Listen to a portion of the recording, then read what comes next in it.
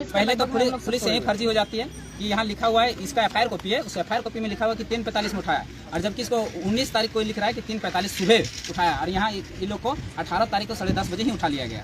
पहला फर्जी केस।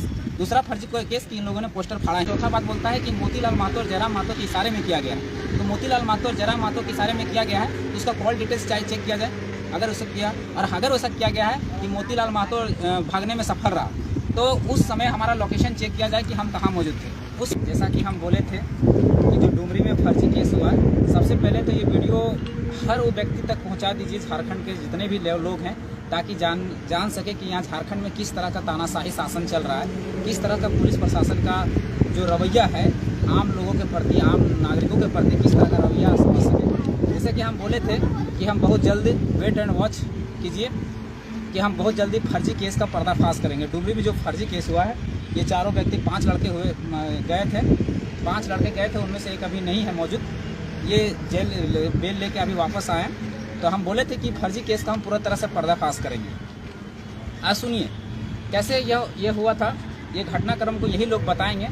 पहले बाबू तुम लोग बता कि तुम लोग को कैसे उठाया था, तुम लोग पोस्टर फाड़ा था क्या? नहीं, हम लोगों तो पोस्टर कोई नहीं, जोर से हम लोग कोई पोस्टर नहीं फाड़े थे। जैसे हम लोग खाना खाने के लिए घर से निकले हुए थे, हम तीनों मतलब करियारी के ही रहने वाले हैं।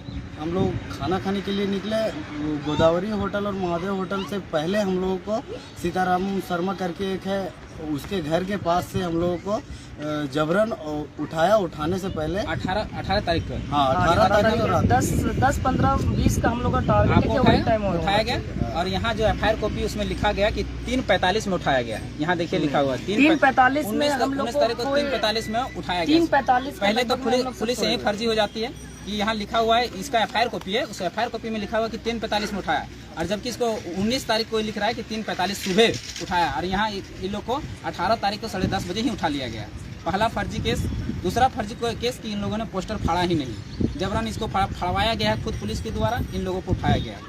दूसरा हो गया, फर्जी साबित हो गया। तीसरा इसमें लिख रहा है कि सीसीटीवी फुटेज खंगाला गया, तो सीसीटीवी फुटेज अभी तक क्यों सार्वजनिक नहीं किया गया? चौथा बात बोलता है कि मोतीलाल महतो और जयराम महतो के इशारे में किया गया है। तो मोतीलाल महतो और जयराम महतो के इशारे में किया गया है तो उसका कॉल डिटेल्स चाहे चेक किया जाए, अगर उसे किया, और अगर वैसा किया गया है कि मोतीलाल महतो भागने में सफल रहा तो उस समय हमारा लोकेशन चेक किया जाए कि हम कहाँ मौजूद थे। उस समय हम कस्माकुरा के फील्ड में मौजूद होंगे, लोकेशन निकलेगा, लोकेशन निकाल लीजिए।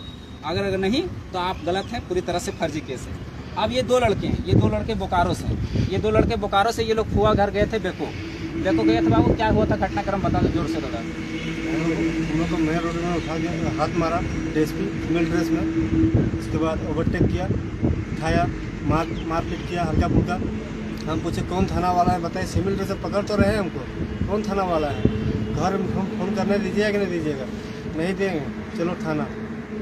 उसके बाद तुम ट्रांसफर कर दिया, उसके बाद गिरिडीह ले गया, उसके बाद फ़ोन किया पापा को, बुलाओ, सुबह से खत्म। तो देख लिए आप लोग को मारा गया, पीटा गया, और धारा क्या क्या लगाता है? 353 यानी सरकारी काम में बाधा डालना, 323, 341, 414, 506, 427, 120, मतलब 8, 6, 1, 2, 3, 4, 5, 6, 7, 8 धाराएं लगा के ये लोग को एडिट कर देता है। और मारता भी, पीटता भी। क्या जुर्म था, क्या किया था ये लोग? आतंकवादी थे, ये लोग को तो बात कैसे ले गया था जैसे आतंकवादी हो। इतना कोयला चोर, इतना बालू चोरी, इतना हो रहा है, सब पनाह दे रहा है। उन लोग को कभी तो देखा नहीं जाए यहाँ का पुलिस, कभी तो दिन दहाड़े चोरी हो रहा है, दिन दहाड़े डकैती हो रहा है, ये लोग तो कभी दिखता नहीं, कभी सूझता नहीं। और ये काम जो हो रहा है एक पार्टी के जेएमएम जो झारखंड मुक्ति मोर्चा है, उस पार्टी के इशारे पर हो रहा है। एक यहाँ के सुपुत्र हैं, यहाँ के पूर्व विधायक थे, उसके सुपुत्र के इशारे पर काम हो रहा है। ये लोग, इनके पिताजी का हम जब निकाले, इनके पिताजी भी बात हुआ तो इनके पिताजी जेएमएम के ही कार्यकर्ता थे। इनको जेएमएम के षड्यंत्र के तहत ही इन लोगों को फंसाया गया। ये लोग तो अपना फुआ घर आए थे रात को, इन लोगों ने पुलिस का हाथ मारा तो बेचारे डर से नहीं रुके। लेकिन ये लोग दो जो लड़के हैं, ये जेएमएम के ही कार्यकर्ता थे और इनको फंसाया गया। और ये हम लोग बैरिकेड भी, हाँ, बैरिकेडिंग भी यही लोग, होल्डिंग है ये लोग ही लगाए हैं। ये जेएमएम का खुद कार्यकर्ता थे। ये यहाँ पर ये जो हम लोग जब जांच किए तो यहाँ समझ में आ रहा है कोयला का कारोबार। यहाँ जेएमएम का 2 गुट था कोयला का। इन लोगों को साजिश के तहत फंसा दिया गया और नाम दे दिया गया कि जयराम महतो और मोतीलाल महतो के इशारे पे पोस्टर फाड़ा गया। तो ये पूरा तरह फर्जी हो गया। अब दूसरा फर्जी सुनिएगा, यहाँ पर एक है फर्जी, सुनिएगा इसका। यहाँ पर है एक सूरज महतो को 17 तारीख को एग्ज़ाम है, 17 तारीख को उसके पास एडमिट कार्ड भी है, 17 तारीख का एग्ज़ाम है, वो है ही नहीं। दूसरी बात 17, 18, 19 उसका सूरज महतो को हॉस्पिटल में काम करता है, वो 17, 18 को 18, 19 को 17 को एग्ज़ाम था, 18, 19 को ड्यूटी किया। आप चाहे तो उसका रिकॉर्ड भी चेक कर सकते हैं हॉस्पिटल में आए, यानी यहाँ फर्जी है। दूसरी बात एक है नाम राजू कुमार महतो जो है वो 1 महीना पहले सऊदी अरब चल गया है, 1 महीना पहले, और यहाँ केस में डाल दिया, यहाँ फर्जी है। राजू कुमार महतो 1 महीना पहले सऊदी अरब चल गया, आप समझिए विषय को। उसके बाद है हीरालाल महतो जो मेरा छोटा भाई है, हीरालाल महतो झारखंड जांच घर में वो अपना ड्यूटी कर रहा था, ड्यूटी में, और उसका नाम दे दिया गया। किस हिसाब से भाई? आप जाके वहाँ चेक कर लीजिए, उसको जो उसका स्लिप में है उसको चेक कर लीजिए, उसका सीसीटीवी फुटेज लगा हुआ जांच कर, आप देख लीजिए कि बंदा वहाँ जॉब कर रहा था कि नहीं, वो ड्यूटी में है, वो कैसे हो गया। उसके बाद एक नाम है चेतलाल महतो जो है ये अभी कानपुर में है, कानपुर में उसका नाम दे दिया गया। एक नाम है शंभुनाथ महतो जामताड़ा जिला में ड्यूटी कर रहा है, वो यहाँ है भी नहीं, वो वहाँ पर जॉब कर रहा है, आप वहाँ पर देख सकते हैं, उसका भी नाम दे दिया है। कितना सारा फर्जी है, आप समझ सकते हैं किस तरह से षड्यंत्र के तहत नाम डाला गया, फंसाया गया।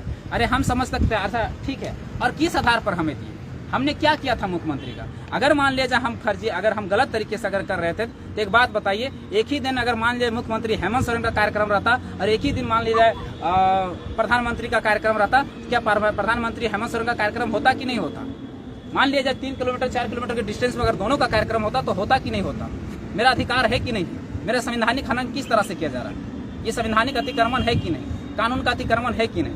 मतलब आपके पास सत्ता है तो कुछ भी कर जाए। अब खेल यहाँ खेला गया, अब खेल हम लोग खेलेंगे, और जो वर्दी बचाने का जो खेल खेला गया है, अब हम लोग वर्दी उतरवा के रहेंगे।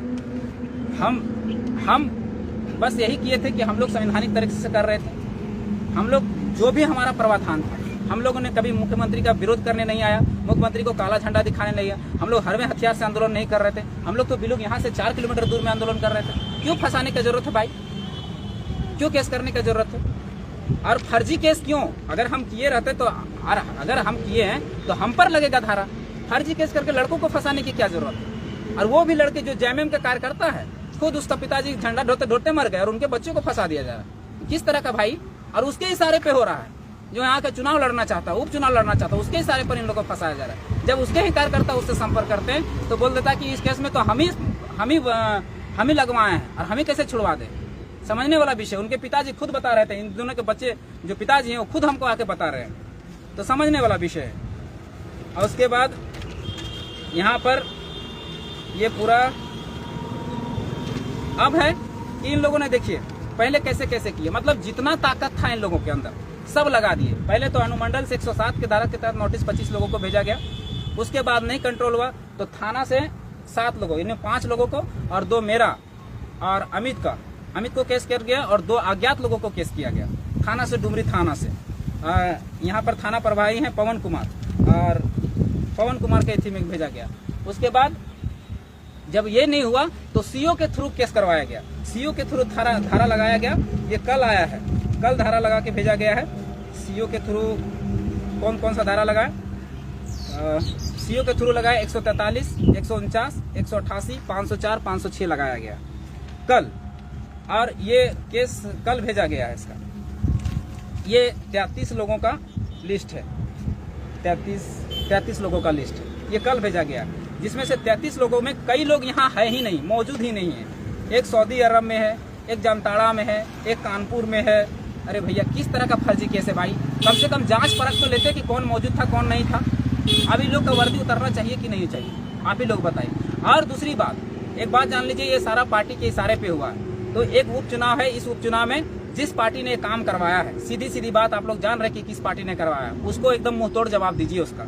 हम लोग तो अभी तक नहीं समझे थे, हम लोग तो दया दृष्टि दिखा रहे थे, लेकिन अब नहीं दया दृष्टि दिखाएंगे। ये तानाशाही नहीं चलेगी। अब ये जुल्म, ये शोषण झारखंड नहीं सहेगा, किसी भी कीमत पर नहीं सहेगा। अब इसका बदला लिया जाएगा और खूब जोर तरीके से बदला लिया जाएगा। ये प्रूफ है, ये सबूत है, ये कागज सबूत है। अब देखते हैं कौन रोकता है। हम लोग भी हाईकोर्ट में अगेंस्ट में केस करते हैं, अभी देखते हैं कौन नहीं।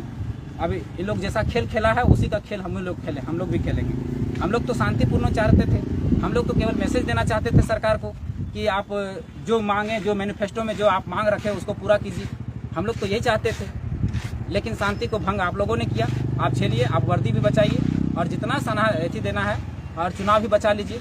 जो चुनाव का खेल खेला गया वो भी बचा लीजिए। अब हम लोग चुनाव में भी अभी हम लोग चिंतन मंथन करेंगे और नहीं होगा तो हम लोग भी कैंडिडेट उतारेंगे। और अगर नहीं हम लोग कैंडिडेट उतारे तो इस बार जितना भी जनता जो सुन रहे हैं, इस तरह का शोषण और जुर्म जो रवैया है, अगर इस तानाशाही सरकार को और यहाँ के जो जनता है वो गांठ बांध लीजिए कि अगर फिर से इसको हाथ मजबूत करते हैं तो फिर से ये इस तरह के 5 युवा का पीढ़ी बर्बाद करने के लगा रहेगा।